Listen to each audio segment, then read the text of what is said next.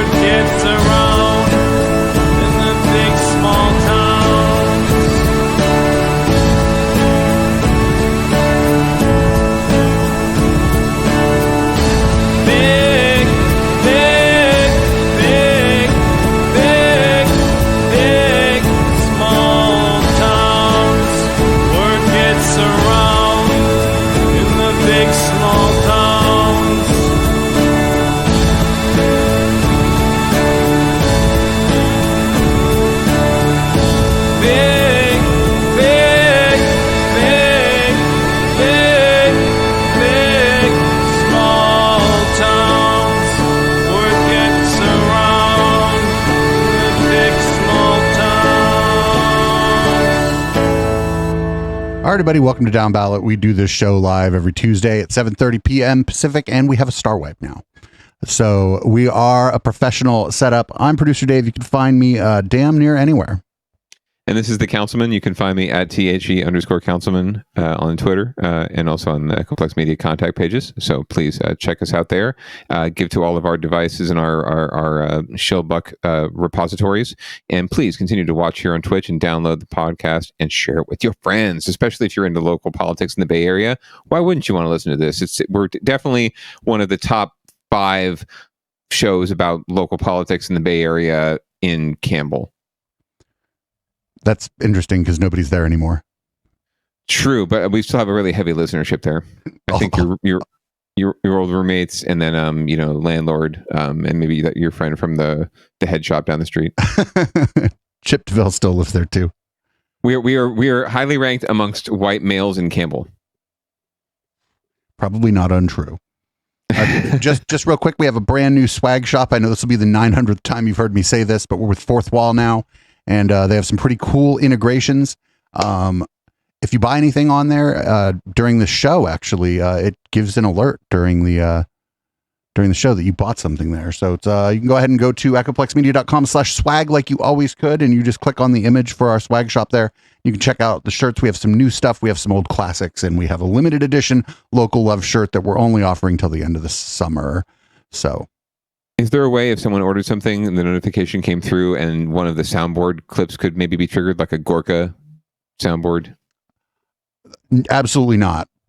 Okay. Just checking. I thought that'd be fun. The only things around the only things allowed here around here to make sound without me are the co-hosts.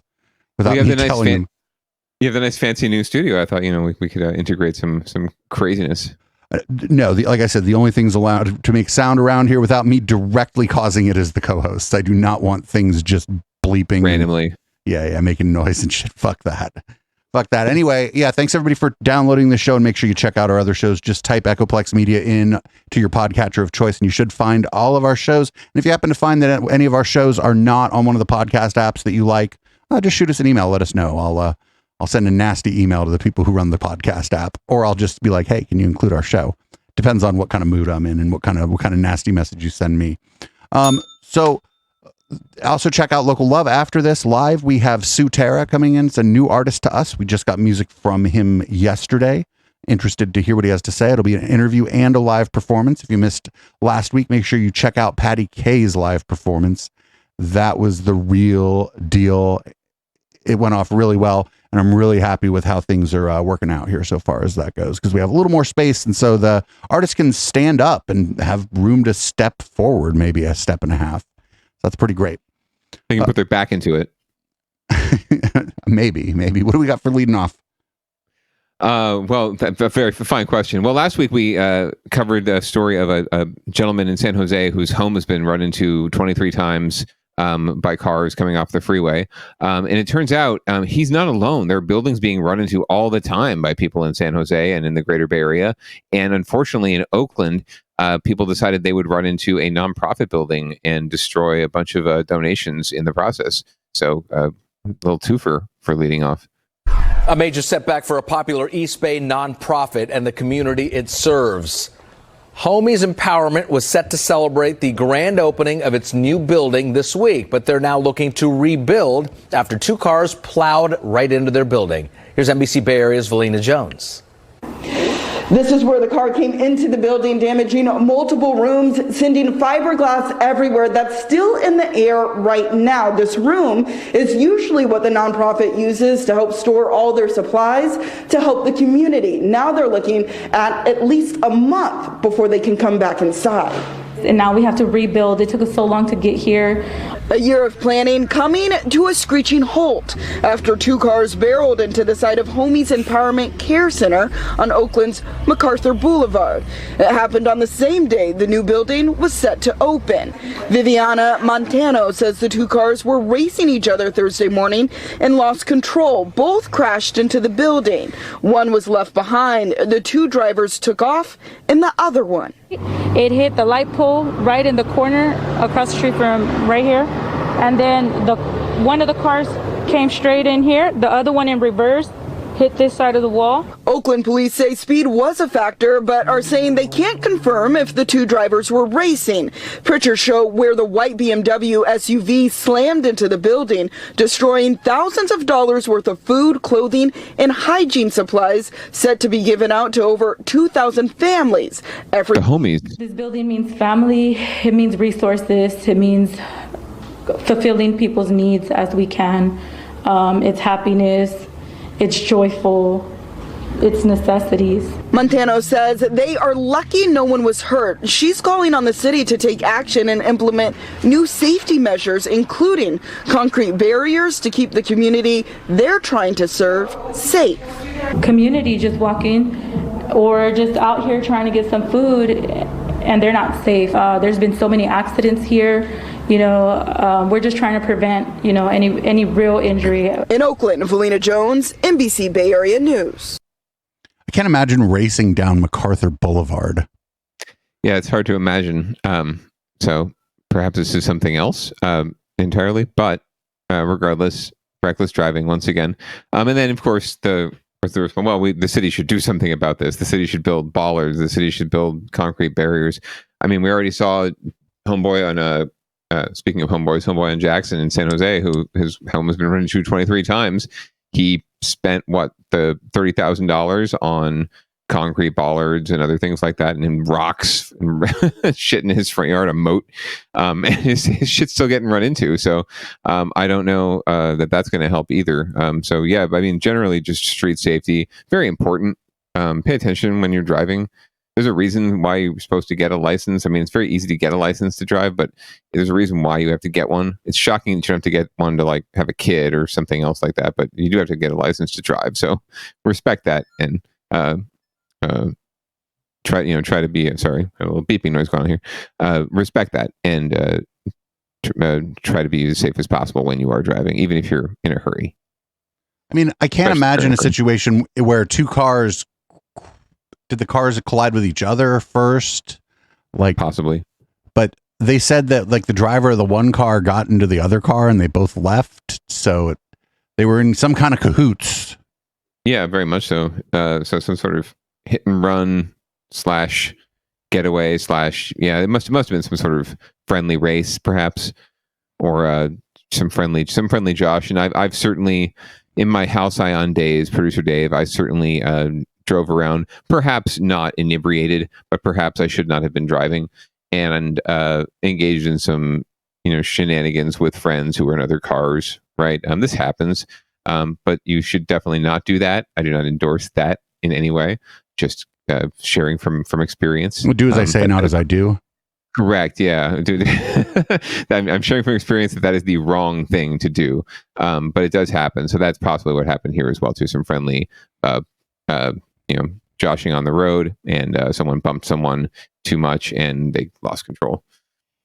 Something like that. It's just like I said, I have a hard time believing there was racing going on MacArthur. If you're not from the Bay Area, MacArthur is not like a big, wide, open street where you would maybe choose to do street racing, right? Like it's not the right place. It's in a like a dense area. There's a lot of crosswalks, a lot of lights. I think there's even some fucking stop signs and shit.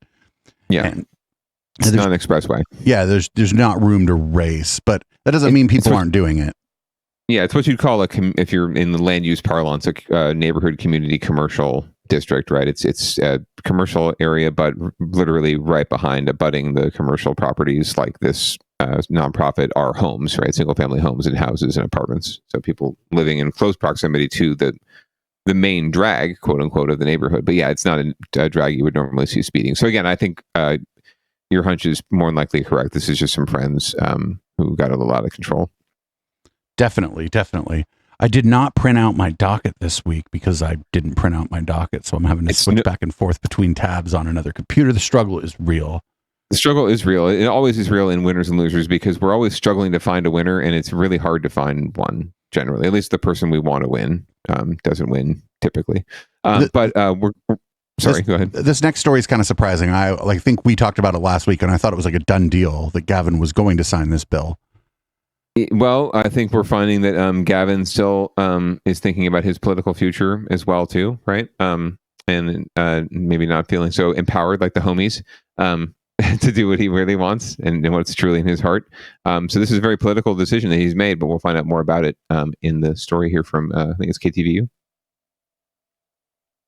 That would have allowed for supervised drug injection sites in San Francisco, Oakland, and Los Angeles, facilities designed to address the crisis of overdose deaths.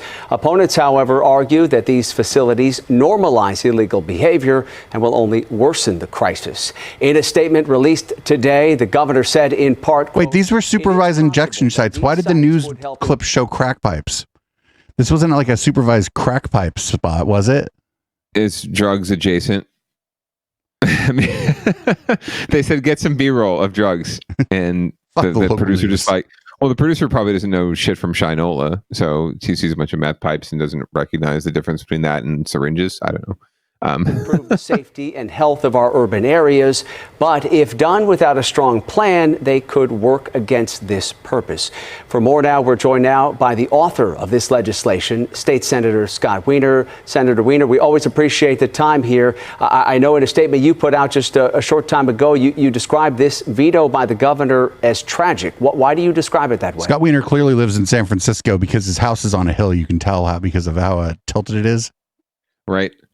No, he absolutely does. He's a state senator from San Francisco. We have in San Francisco, 2 people a day are dying of drug overdoses. 2 a day. That's almost 1,000 every year. And that's playing out throughout the state.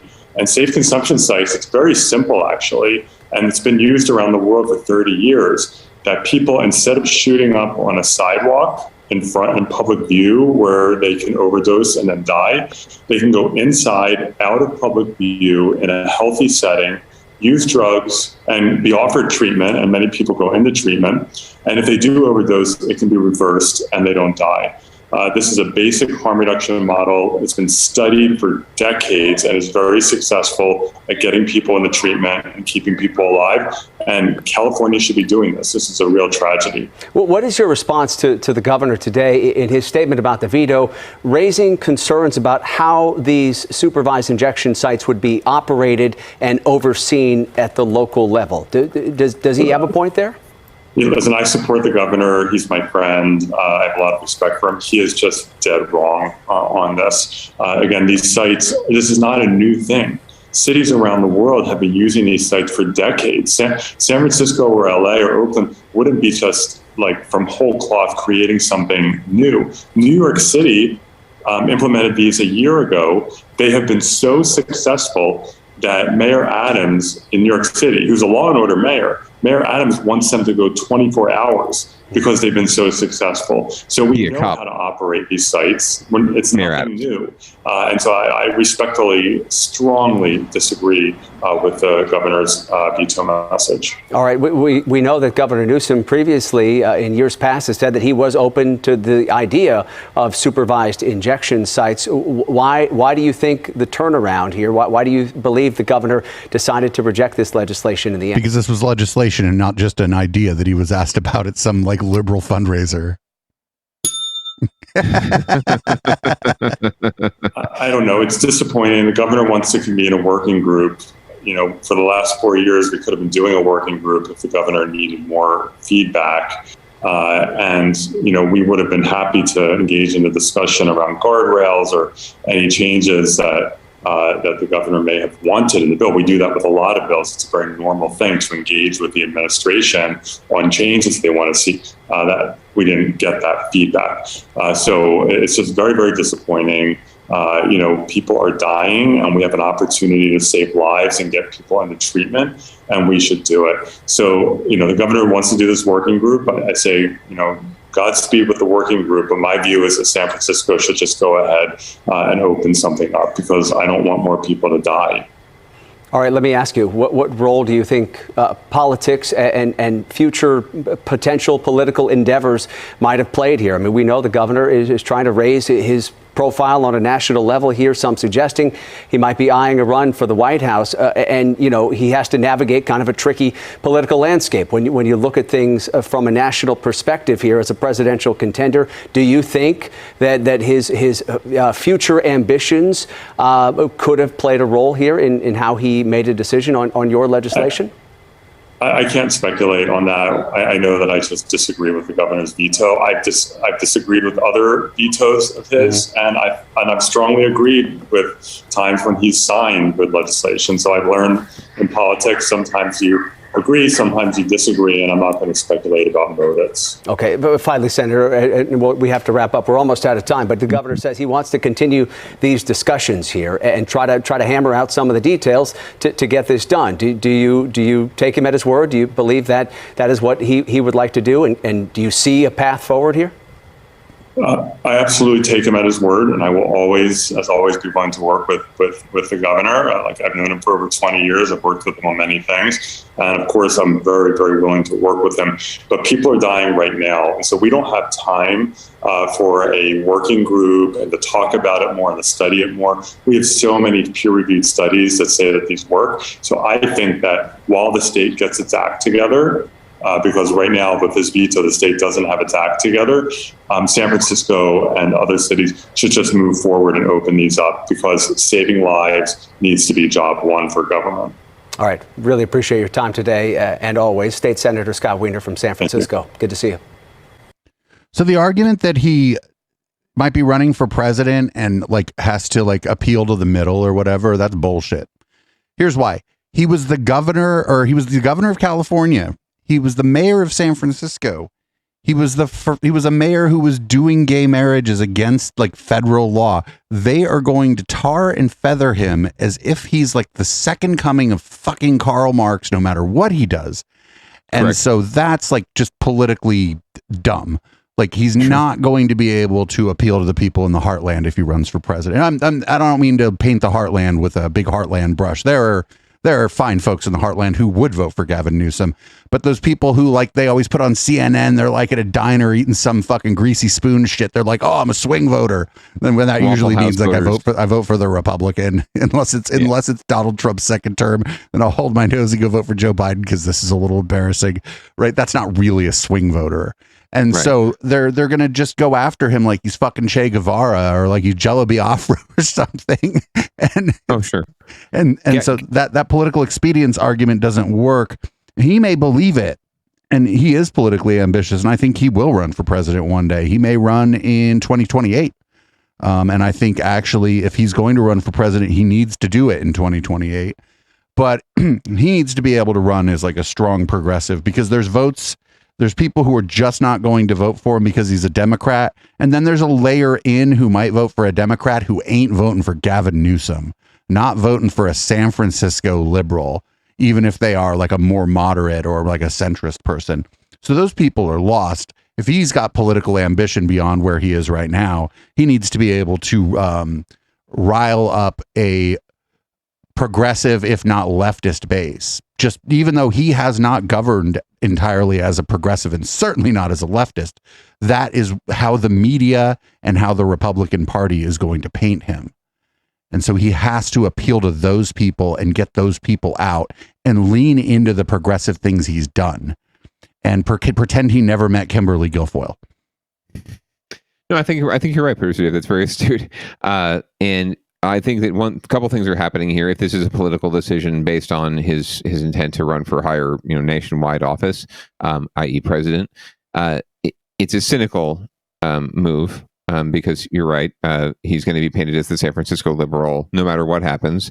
That said, his consultants himself, they may be banking on short memories and the inability of the PACs aligned against him to make that argument stick. They will definitely help people remember everything, not just about the policies he's enacted, but the fact that, I don't know, he slept with his best friend's wife.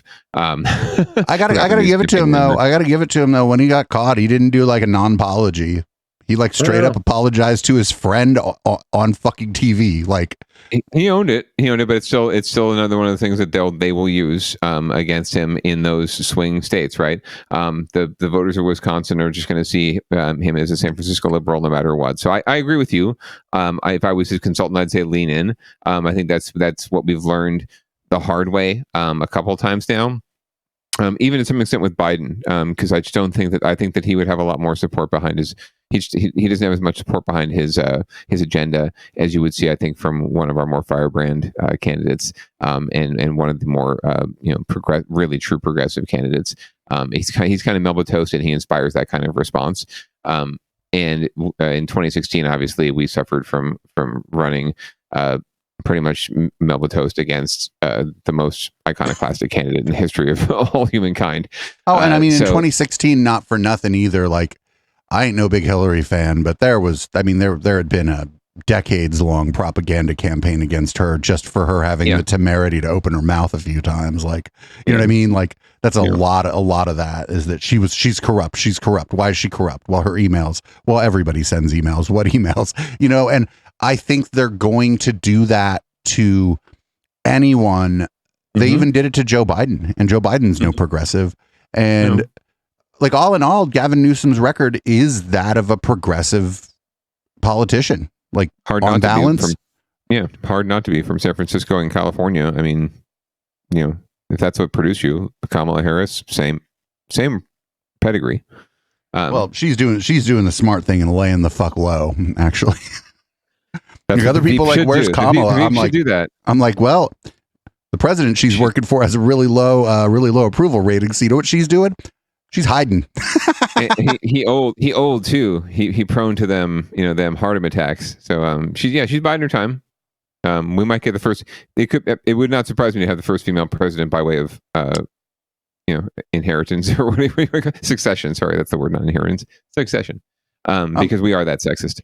Well, that I don't know, but I do think that, you know, I think that the California State Senator Weiner made a pretty good point there, that other countries do this. They have one in New York, and he brought up the New York mayor, who is not a progressive. He's a Democrat, but he's a law and order guy, and he's a cop. I mean, I hadn't looked into this before, but I believe the senator when he says that the mayor was like, "Can we open these 24 hours? This is working better than expected," or whatever. Because that's what it would be, right? This works better than I thought it would. Let's keep them open. You know, I guess there's places for sort of like renegade community activists to do things like this, but then that gets real dicey, and people are putting themselves at risk of basically federal drug trafficking fucking arrest if they're set up a situation like this. If you set up municipal, Weiner's right though. You could set up municipal codes around it and just do it locally, and then basically daring the state and the feds to step in at that point.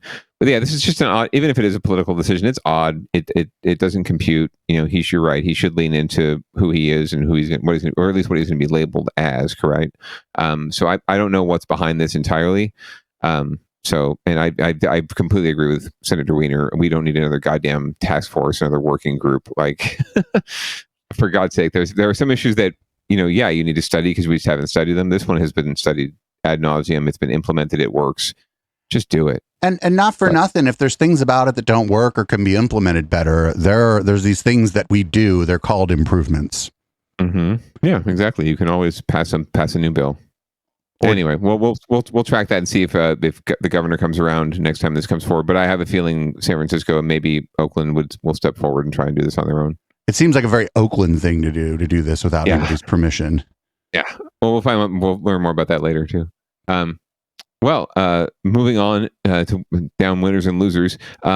Losers, County of Santa Clara. Winners, Calvary Church. Bummer. Calvary Chapel San Jose gained national attention during the peak of the pandemic for ignoring local and state health orders on capacity limits, masking, and social distancing. The county responded by hitting them with a number of fines. But this week, the Sixth Circuit Court of Appeals ruled in favor of the church, overturning more than $200,000 in court fines. Legal analyst never trust anyone in a wooden room. Johnson says the ruling was guided by precedent created by what most see as an increasingly conservative Supreme Court. The case is itself a ramification of what the Supreme Court has done, and it will have implications far beyond this single case. And this isn't the end of the fight. The county says in a statement the ruling does not affect its enforcement action against Calvary, saying the church didn't dispute numerous other violations during the height of the pandemic before vaccines were available.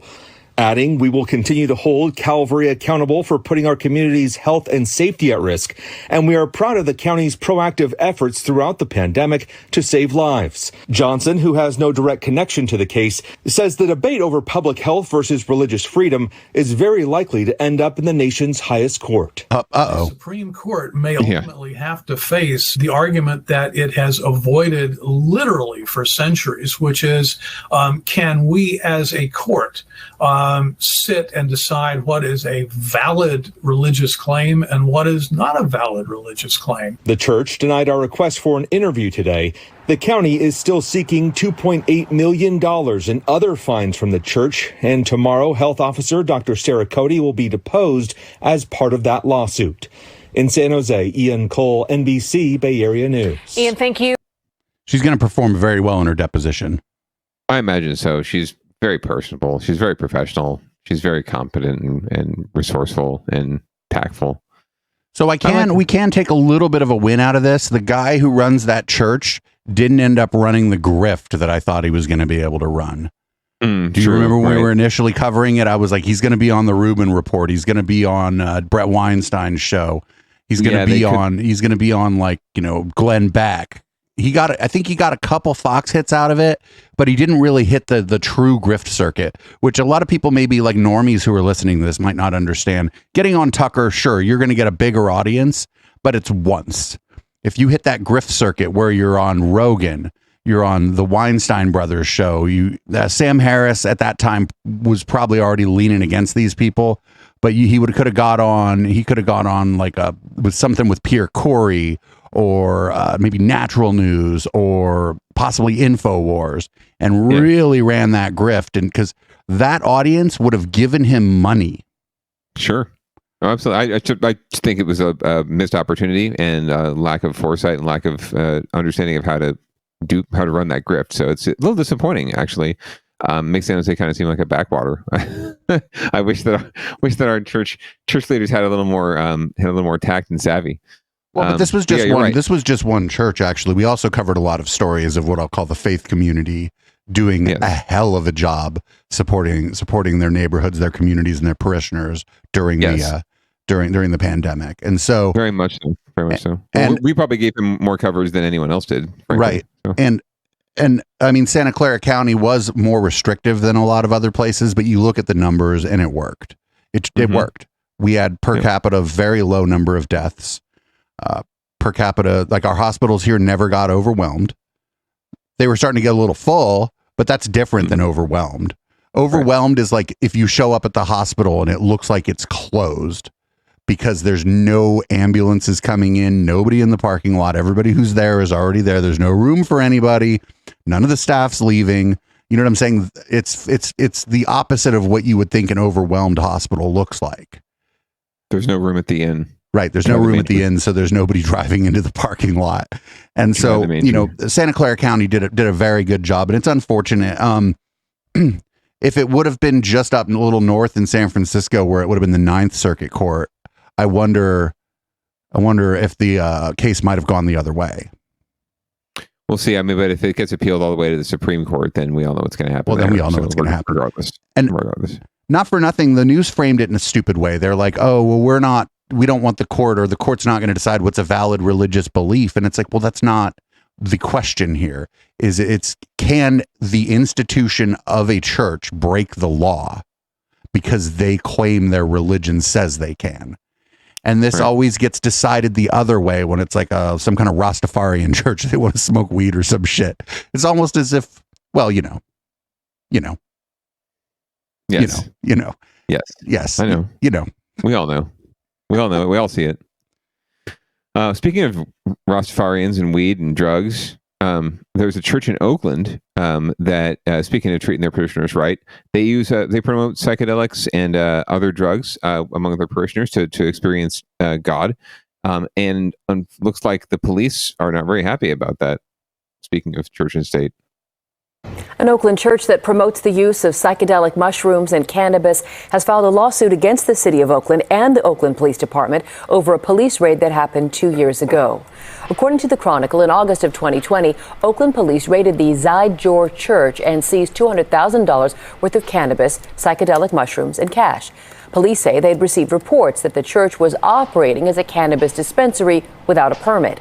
The church's founder told the Chronicle he doesn't sell drugs. He says church members pay a fee of $5 a month and donate money to get cannabis or mushrooms. In its lawsuit, the church said the police raid violated its constitutional and religious freedom.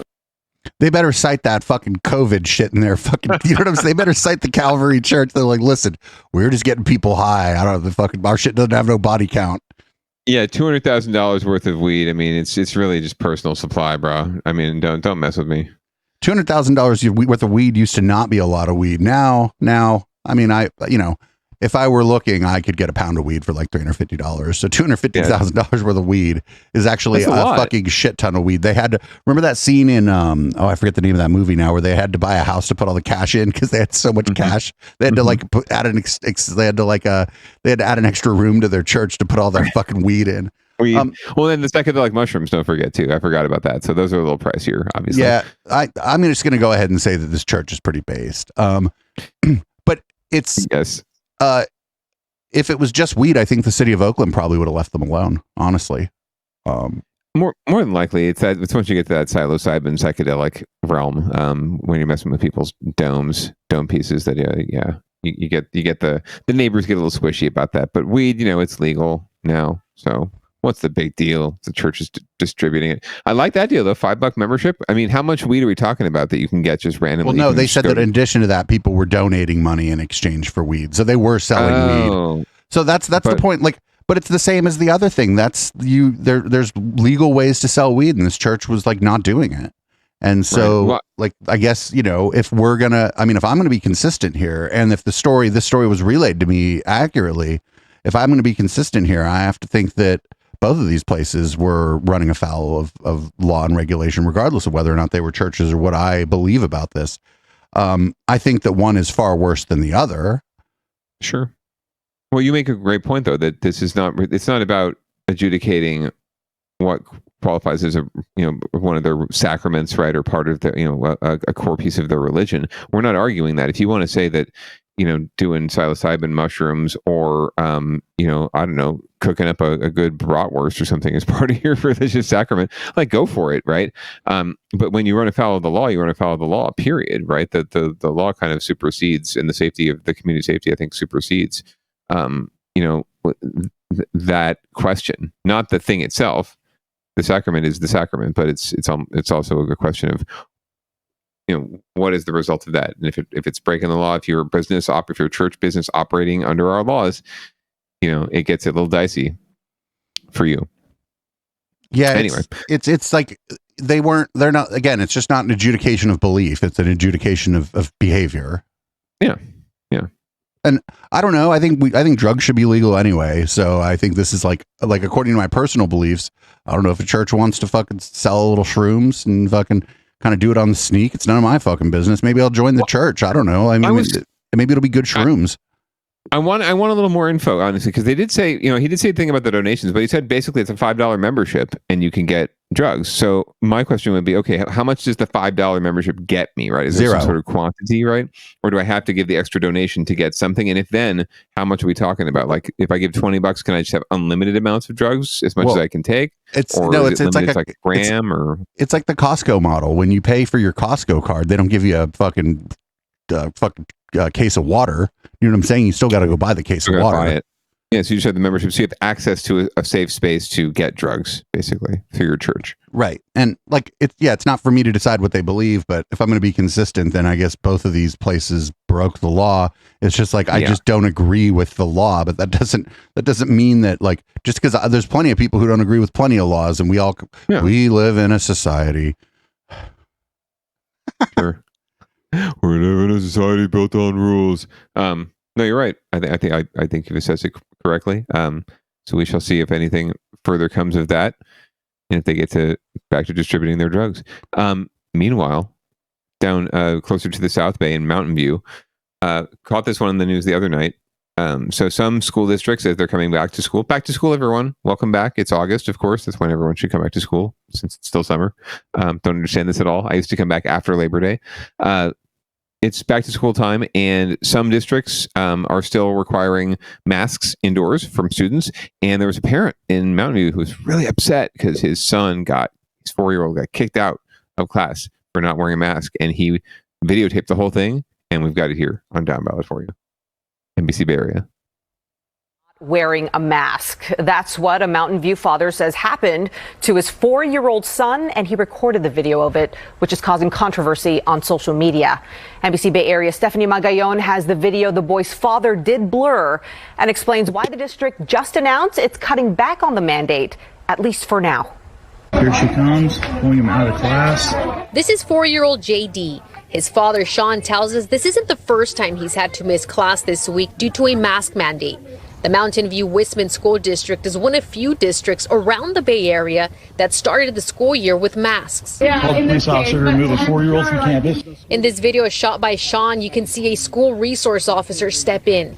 Sean and his attorney say that their Akoff Elementary School principal called the officer more than once this week.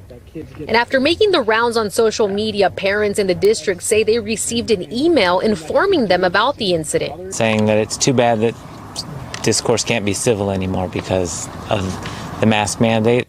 In a statement, the district wrote in part that its priority is keeping students and staff safe. They say it's very unfortunate a parent recorded one of their principals, even though she asked him not to, and added they've only had one parent resort to tactics taken from a national playbook. I hope that they are doing what they think is best. The district also announced that as of today, indoor masking is optional, as they reference the latest COVID transmission map showing most of the Bay Area out of the orange zone. Right now, the numbers of cases and COVID is going down in the Bay Area. We're not really at ground level yet, but we're definitely making a lot of progress. Santa Clara County is now in the yellow, indicating medium level transmission rates. It's even lower in other counties like San Mateo, now in green. But infectious disease expert Dr. Peter Chin Hong says we shouldn't celebrate just yet. I predict that, if cases go up during the wintertime, you'd see microenvironments coming back with mask guidance. The Mountain View Wistman School District did make it clear that they will reconsider a mask mandate if local community levels go back up. But certain parents like Sean say they're ready to fight that in the courts. In Mountain View, I'm Stephanie Magayon, NBC Bay Area News. Yeah, the guy seemed reasonable, but that doesn't mean that he's not sort of following the sort of playbook we've seen before. Yes. Oh, absolutely. This was all set up by that parent to make a story out of pretty much nothing, right? And his defiance, not his 4-year-old. Let's be really clear. If this has happened more than once, right? This is something where he just doesn't want his kid going in there with a mask on, and he wants to have this kind of argument. He wants to set this up. There's a reason why he videotaped it, right? Like he wanted this interaction. He wanted this confrontation. And I love, the school resource officer had to come in, talk to the 4-year-old. The cop's sitting there drinking like an energy drink with his hands in his pockets, just chit-chatting with the dad, right? He's not like intimidating. He doesn't have a gun in the kid's face. The kid's just having a good time. Oh, it's a police officer. Kid has no idea what's going on. And it's really about this parent and him making a point. And that's what really pisses me off now as a parent too, that this guy is taking advantage of his child to make a political statement, right? And to run the playbook that we've seen all too many times. And not for nothing, he recorded the principal without their permission. Now I don't know what the laws are on this. I don't think you're allowed to go onto a school campus and just record. I'm not sure though. You're not necessarily allowed to just go onto a school campus, period. They are, it's public property, but it's also private property too, right? It's the school district that owns the property generally, so they can have any rules they want as far as who's allowed on campus, and they can have rules about videotaping and cameras on campus as well. And generally speaking, if someone asks you not to video record them and you continue to do it, you're invading their privacy and their space. Unless you're a journalist, or you have some legal right to videotape and to film. Well, if somebody's walking down the street and they ask you to not record them, you don't have to listen to them because it's your own public property and you have no expectation of privacy walking down the street. But that doesn't mean you're not a dick. Right. That's the thing. It's the basic thing, right? It really doesn't matter where it's happening. If someone politely asks you or just even asks you to do something or not do something out of respect for their privacy, then you either do or you don't. And that's, I think that dick or not dick, that's pretty much the dichotomy and the binary nature of that question there in terms of your response. So once again, I think the the tail wagging the dog here and parent getting the news to do a story about something that's not really a big issue. It's not a going concern. This is not a huge thing right now. This is really just a small segment of our population that's still pissed off about the masks. Yeah. Anyway. Yeah. But in COVID adjacent news, if you've been to Kaiser lately to get a COVID test, make sure that they haven't charged you for it. Check your statements. You're going to find out why. If you haven't already, you may want to take a second look at your medical bills. Kaiser is now facing a lawsuit for reportedly charging patients for getting tested for COVID-19.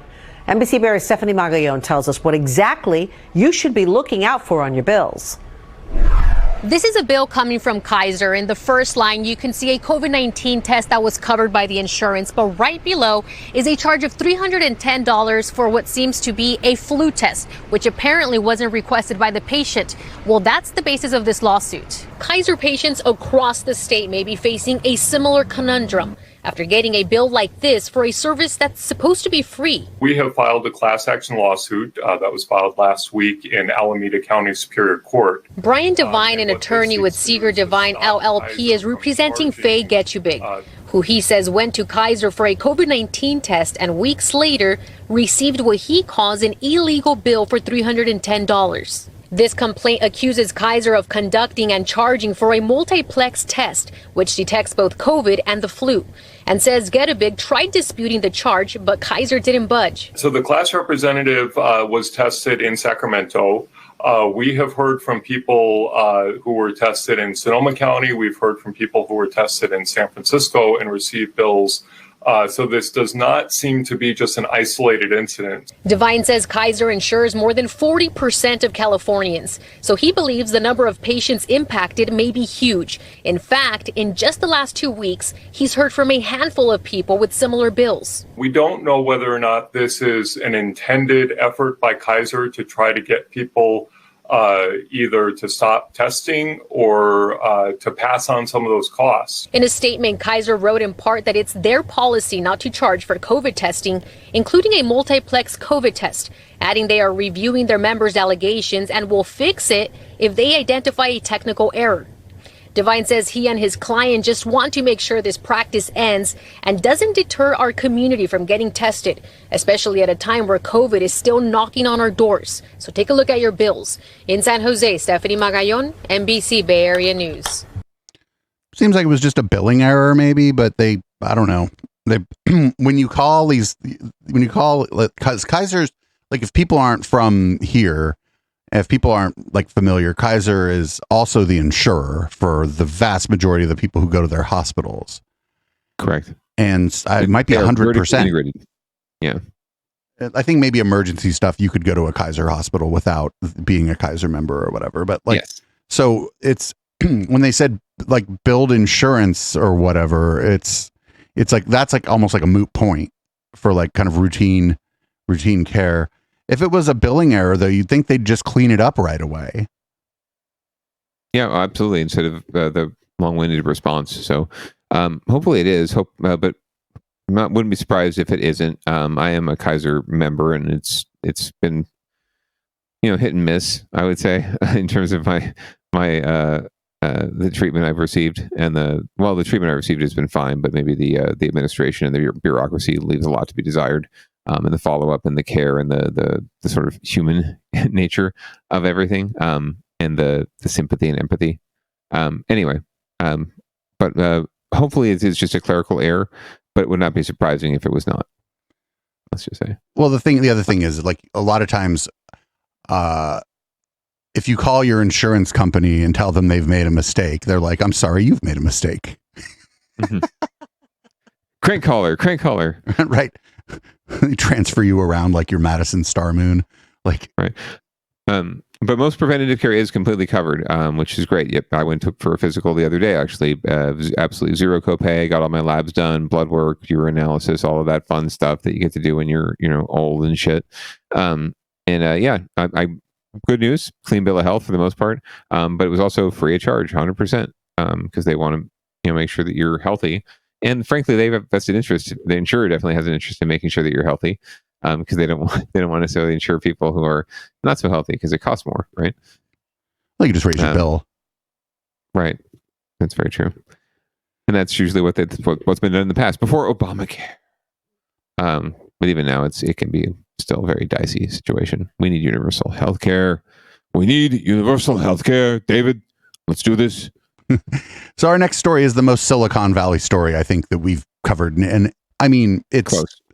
But I mean, quite some time. Yeah, very close to the most Silicon Valley story ever on Down Ballot. So let's hear it. We'll let the local news take care of the description for us. I used to work in tech, and I had a normal 9 to 5. And then I decided to quit my job and actually do what I love, which is to join the circus. In an artist loft in a gritty section of industrial Oakland, performers Christine Lee and Nina Sawant hone their circus dreams. 5 years ago, they formed Dahlia's Entertainment, an Asian American-run circus ensemble that performs at corporate events, weddings, and festivals. From aerial acrobatics, contortion. But when the pandemic hit, the big top came down on all the group's bookings. When COVID started, we lost all of our work.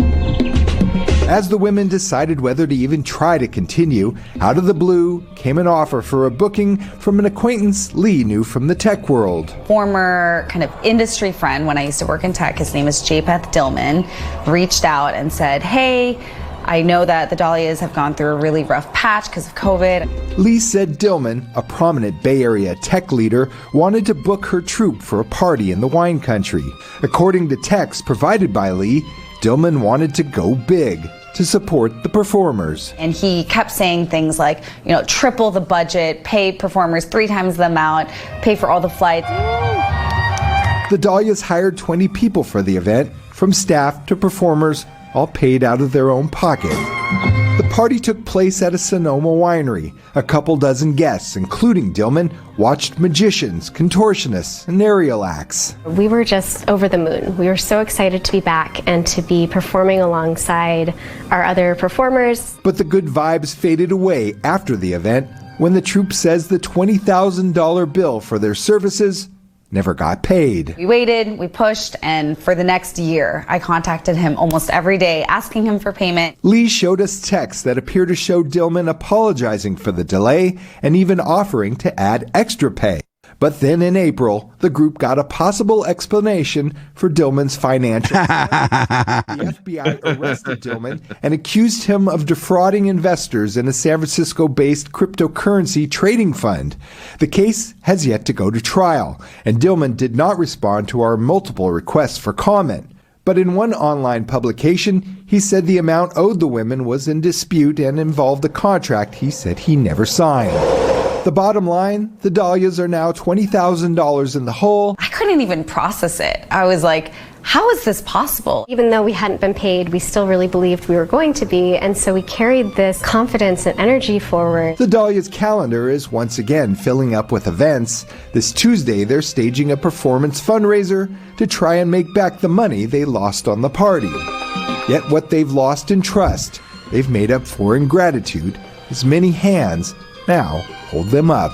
So to see how much hope there is and how much support there is from the community. Joe Rosado Jr., NBC Bay Area News. So that's the most Silicon Valley thing. I didn't even know about the cryptocurrency angle. That's the best part. That was the reveal. I didn't want to spoil it. But yeah, this is beautiful. Artisanal circus performers ripped off by a tech bro who is then accused of cryptocurrency fraud. I mean, you can't get much more down ballot-y than that. So we'll leave you with that one. Winners and losers this week, folks. Just marinate on it a little bit.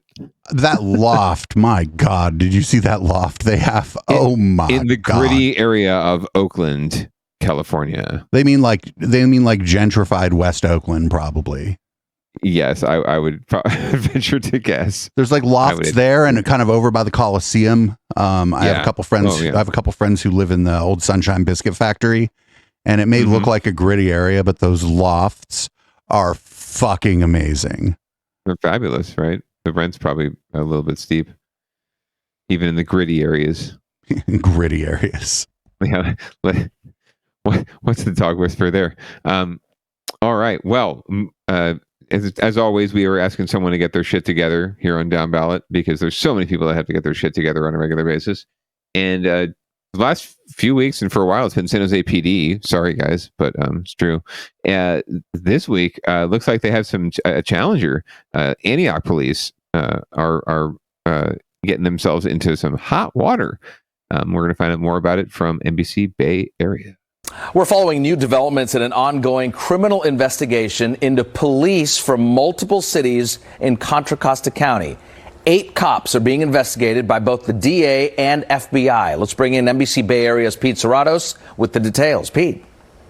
Yeah, with several Antioch police officers under criminal investigation, the mayor of Antioch announced a number of moves today that he hopes will bring some stability at the top of the department. I'm certainly sorry that we find ourselves in these circumstances. Change doesn't come overnight, and I ask for folks to be patient with the process and patient with us as government. Antioch Mayor Lamar Thorpe expressing his frustration with the current state of the city's police department. We've known for months that officers within the department were under criminal investigation, but today the mayor revealed that 8 officers are under investigation. That's 15% of the city's total patrol division. The mayor did not elaborate on the crimes they may have committed. That continues to hamper our ability to do our work and to keep the public safe. And so to the extent that we can try to fix that, we will. As for trying to fix the situation, the mayor says he plans to appoint Cornelius Johnson as Antioch's permanent city manager and Dr. Steve Ford as the permanent chief of police. Both men have held interim roles for the city. The mayor says both men bring decades of experience, specifically experience in police reform. Ford joined today's press conference via Zoom and had this to say. Moving forward, we will be purposeful in restoring trust, respect, and legitimacy from our citizenry. Johnson was in attendance and tells me he looks forward to the work ahead. We're here to bring some continuity, bring accountability, and to restore trust to the community. It's essential. The mayor will hold a special meeting this Friday to formally appoint Johnson, who will eventually appoint Ford as chief of police. He hopes the changes will provide the stability needed to navigate what lies ahead for the department and ensure residents have faith in the officers they call for help. In Antioch, Pete Serratos, NBC Bay Area News. So you feeling confident about Antioch's ability to rein in their police force? I don't think anybody has the ability to rein in their police force. Like even our friend Sebastian Gorka, as he said at the beginning of the show, he's like police officers, they've gone insane. Like 15% of their fucking police force is under some kind of investigation.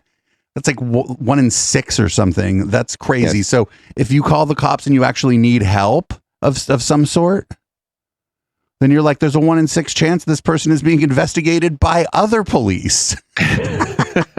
1 in 6 of whom are probably under investigation by other police. Hopefully you just need to get your cat out of the tree. It's not a life or death situation, or you're wrongly accused of stealing, I don't know, a lighter or something from the convenience store, or eating Skittles. Selling a cigarette. Or selling a cigarette, there you go. Good Lord. Yeah, 15%. So San Jose, you got some ways to go there. Then again, the San Jose force is a little bit bigger than Antioch's, so 15% would be quite a few more officers. Let's hope it's not that prevalent, but as far as investigations go, but we all know that they've had many issues here, and many forces are having similar issues. I think it's difficult to recruit people to a job like that who. Where 15% of them are not are not one way or the other inclined towards sort of the cowboy and cowgirl nature. And I mean, not for nothing, the system it's like a funnel, and at the top of the funnel, it kind of weeds out any of the people who aren't going to like toe the line and like sort of go along to get along with the other cops, kind of regardless of what the other cops are doing. I've heard people tell me this personally who used to be police officers, and I've heard people like on interviews on like NPR talk about this. So it's not, it's all the way from big institution telling me to drunk guy at Pino's telling me why he now does personal security instead of copping. Yeah. And so it's like, this isn't, this is a problem for every police force, where if you get a few bad apples in there, especially if they're like, I don't know how to say this, like the popular cops maybe, or the sort of like the loud cops or the ones who just kind of wield more influence within that community, then everybody's going to go along to get along, and people who might not have even otherwise participated in this kind of shit are going to end up participating in it to go along to get along. But usually going along to get along is like not arguing with somebody at Thanksgiving dinner. It isn't doing a corruption as a cop. So it's like, right. It's different. And riding along with someone who has a gun, right? Right. And you have a gun, right? Yeah, the best cops I know are no longer cops. So that says a lot, I think, or at least the best people I know who were cops, right, are no longer cops. There's a good reason for that. So speaking of SJPD, everyone wants to try and solve it, whether it's the staffing issues, shortage, whatever you want to call it, or it's just basic treatment of officers. Everyone thinks they have a solution, especially around election year. So we're going to hear about what's happening in a current tiff between City Hall and the police officers in San Jose. Well, mandatory overtime means an officer might have to put in a 16-hour day, then come back the next day to finish their regular shift. And so the department is adding 17 overtime cars per day. Staffing levels were so low this past weekend that the San Jose Police Department ordered 36 officers to work overtime. The weekend before, it was 52 officers. Someone that's working day shift that's supposed to get off at 4:30 p.m. may be required to stay until 9:30. That person has to come back and still work their day shift the next day as well. Beat cops have told NBC Bay Area that the mandatory overtime is leading to exhaustion and burnout, and that's the last thing the Hillsdale Neighborhood Association wants to hear. When we have an officer coming out, we want them to be well rested, alert, to be able to also be empathetic of what's going on. The president of the neighborhood we're rich, excuse me. Association says crime and public safety are the number one concerns in her community, and she doesn't want police burnout or staffing struggles to make matters worse, especially in crime-ridden communities. But when it's concentrated in a certain pocket of San Jose, and you just know that people around you are being affected, it's insulting, it's upsetting. Now, in hopes of eliminating the mandatory overtime, the department is putting 17 additional patrol cars on the streets per day. The goal is to staff these overtime cars with officers who volunteer for extra hours on their scheduled days off, leaning on those who want the extra money to help those who need the break. If we plug in someone with an overtime shift, I mean, they can plan it, they can anticipate it, like, hey, I'm going to go work 10 hours on my day off.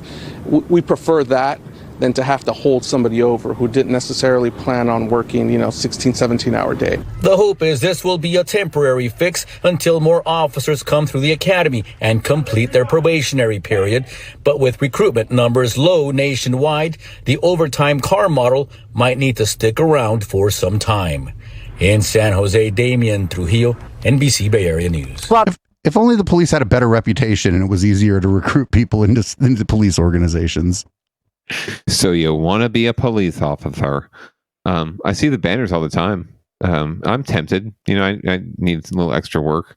I like guns. That'd be amazing. You would be one of those cops that the funnel kicks out. You'd be like, no, I'm not doing that corruption. They'd be like, get out of here. Yeah, I'd probably get shot by my partner, or hung out to dry, or framed and taken down just to get out of the way, right? Well, we are on down ballot watch now, and so that's one TIF that's going to be, I think, a regular theme during the course of our elections here as we approach November in our runoff elections locally. The biggest election we have, of course, is the mayor's race, and between Cindy Chavez and Matt Mahan, and it's already getting a little bit nasty. So Cindy Chavez has fired off of a couple ads against Matt, and we're going to take a look at one of them here, and we'll talk about it on the other side. In politics, Matt Mahan has a pro-choice position, but as a tech CEO, Matt Mahan said his company wouldn't take sides. So you might have one group advocating a pro-life cause it causes, and another group advocating for women's rights or choice. Yeah. And how do you deal with those conflicts it causes? We don't want to take sides on which side of immigration, abortion, or any other issue we think is right. We don't think that we're very well suited to do that. Other companies, including Netflix, Patagonia, and Levi Strauss, have strong pro-choice positions. Lyft and Uber will even pay for the legal defense of their drivers in Texas for driving a woman who needs an abortion. Dun, dun, dun, dun. Well, that's because none of them have the stench of Peter Thiel all over them. Although not for nothing, Founders Fund probably invested in half of those companies, but they already cashed out. So Mr. Thiel probably doesn't have the sway. I think it's okay to do that. To just be like, we don't get involved in this stuff. But another, he could have just fixed that by being like, my positions on these issues are pretty clear, but I'm just not going to throw money at these things because my company does this. We're not a political action committee. It's not our job to fund campaigns. There are organizations that do that. I personally donate to such and such and such and such a thing, but my company is my company. Like it's so easy for him to not fuck that up. But instead he's just like, we're neutral. Right. Well, that was those clips were from when he was the CEO at Causes, right? And this is long before, I don't know if he had always considered running for office, but before he ran for office. Now, he'll tell you basically that what you just said, right? Well, I listen to NPR and I love my grandma and I watch, I donate to Planned Parenthood and all that shit. But, as far as my business goes, I have, we were neutral because that's the platform, right? Just the Zuckerberg defense, right? So it's typical tech pro attitude. And if that's what you want from your mayor, then that's who you'll end up voting for. I'm not saying vote for the other person. We'll find out more about them soon. I am saying vote for the other person. I mean, you might as well. They have their fleas, just like any other candidate and politician that's been around for a long time. Yeah, but their fleas didn't come from Peter Thiel's dog. Right. It's different kinds of fleas and different kinds of diseases that they're carrying around with them. But either way, we're gonna have a mayor. I get to vote for the other person now. Oh, that's exciting! You're a San Jose resident now. It's a San Josealian, sir. San Josealian. San Josealian. Very nice. I'm so excited for you. Welcome. We're glad to have you. And whenever you want to start that political consulting firm, let me know. We're ready to rock. What political consulting firm? Bad Baby Political Consulting. That would be the No Such Political Consulting Firm. Yes, the None Such. Right. With an innocuous name like Consultants LLC. Anyway, we're going to move on to and another thing, and I believe this is a rich trans story. It actually isn't. This is the previous story. We're going to get to that next week because I really wanted to dive a little deeper into Milpitas. But Rich Tran, just FYI, we'll do a little teaser then. Rich Tran is not running for city council again in Milpitas. Mayor Rich Tran. He's decided to take a break.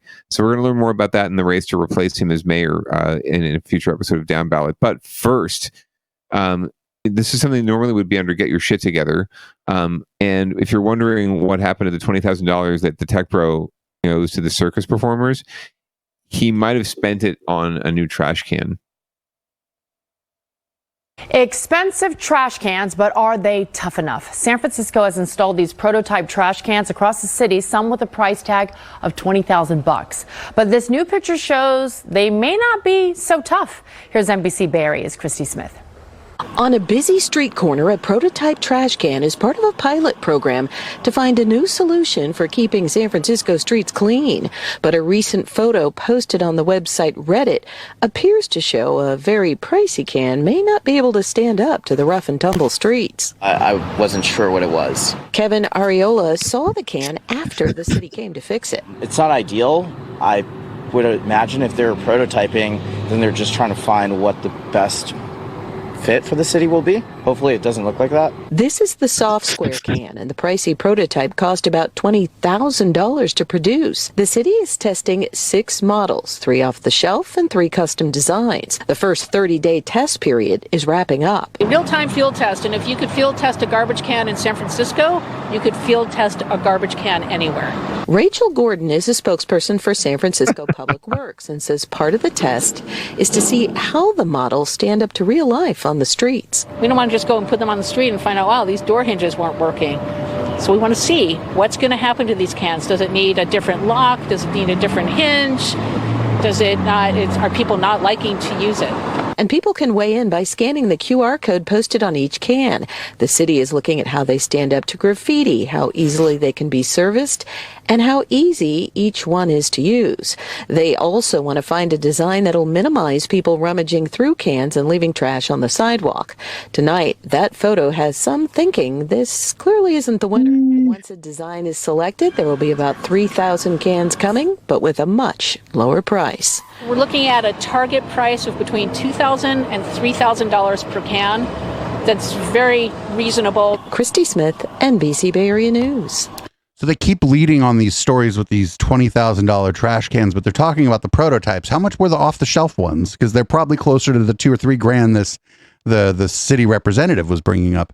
Getting something prototyped and made like custom for you from scratch, you're paying for the design, you're paying for the initial attempts to produce it, and then you're paying for it to be produced. There could be some hiccups in the production process. Like there's all kinds of stuff that is going to increase the price of a prototype. So 100%. You can't, I mean, you can, but it's like dishonest to use the prototype price and act as though it's a super expensive trash can when it's just like a one of a kind. It's like one of them cupcake shops where like a cupcake ain't $9. It's just that if you go to this one place that sells you the one of a kind cupcake, it's $9. They started mass producing that shit. It would be 30 cents. And this is just another example of, and it's a good way to wrap up the show for this week, of the local news that we get, the local news angles that we are subjected to, where, you know, a single squeaky wheel or a person in the community can post a picture on Reddit of a busted up trash can and say, look what they're spending $20,000 on, right? And you're right. At the end of the day, if you're doing it from scratch, it's going to cost more. And it's good that they're tested. That lady's like nice lady from Public Works is right. It's good that they're testing these things out in advance, because you know people would just pop off if they spend a bunch of money, even $2,000 or $3,000 on garbage cans, and they were all tilted over. They had some sort of flaw in them, right? Or they were just messed up, and no one liked them or no one used them, right? They would get lambasted and run out of town on a rail, and they're already not doing so hot in San Francisco Public Works, as we've covered on this show before. So yeah, it's good that they're doing that, and good that they're testing them out. And I like you like to see it. It's a similar argument though that we hear about housing and interim housing solutions and transitional housing and these quick build projects. Oh, it costs $600,000-$700,000 a unit to build these things. Well, yeah, the prototype.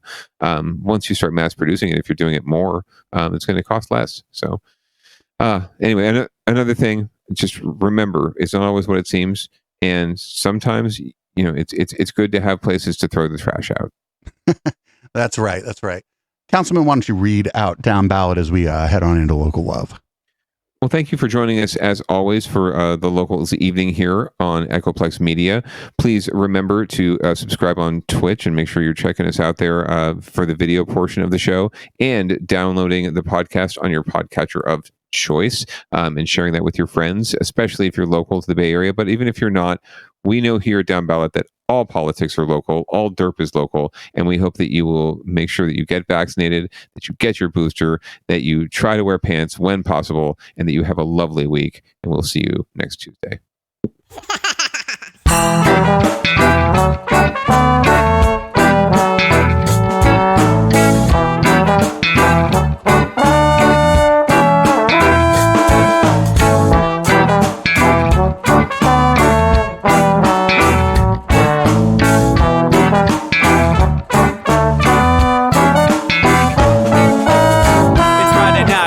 Time to get the party started. Pick up my phone just to check and see who's calling. Dress up real nice for the ladies at the bar, and I'm driving in my car just to get to where they are.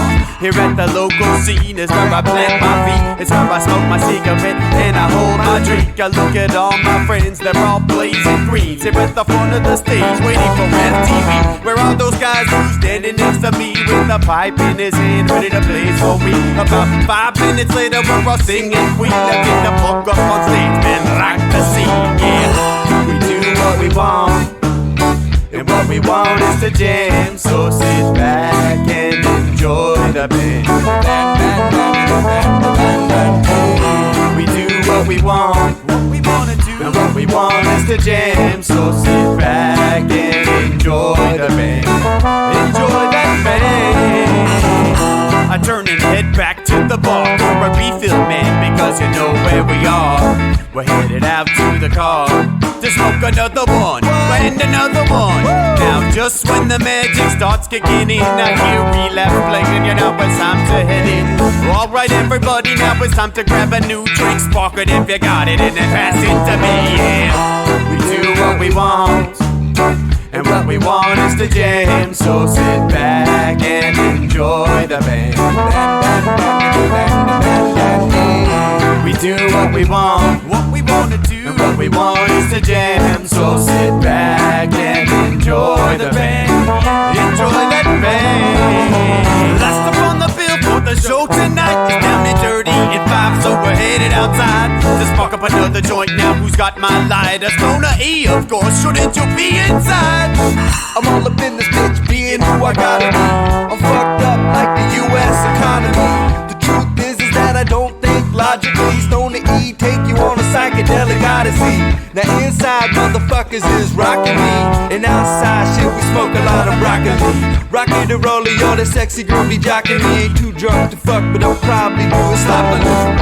We do what we wanna do, and what we want is to jam, so sit back and enjoy the band. Enjoy the band, enjoy that band. We do what we wanna do, and what we want is to jam, so sit back and enjoy the band.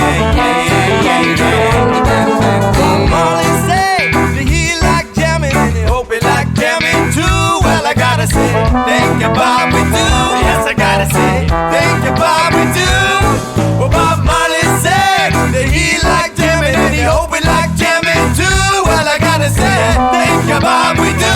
Yes, I gotta say, thank you, Bob, we do. Yeah, we do what we want, and what we want is to jam, so sit back and enjoy the band. We do what we want, and what we wanna do, what we want is to jam, so sit back and enjoy the band. Enjoy that band. We do what we wanna do, what we want is to jam, so sit back and enjoy the band. Enjoy that band. We do what we want, and what we want is to jam, so sit back and enjoy the band.